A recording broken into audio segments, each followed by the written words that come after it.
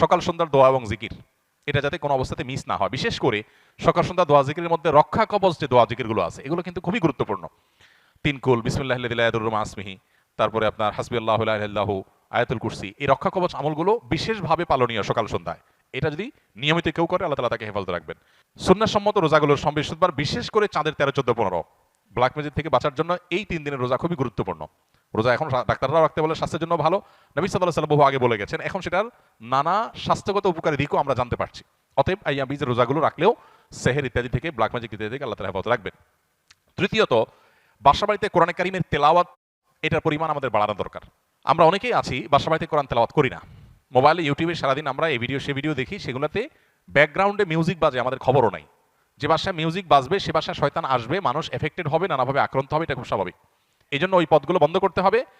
আর এই দিকে এসে কোরআনে কারিমের তেলাওয়াত বাড়াতে হবে।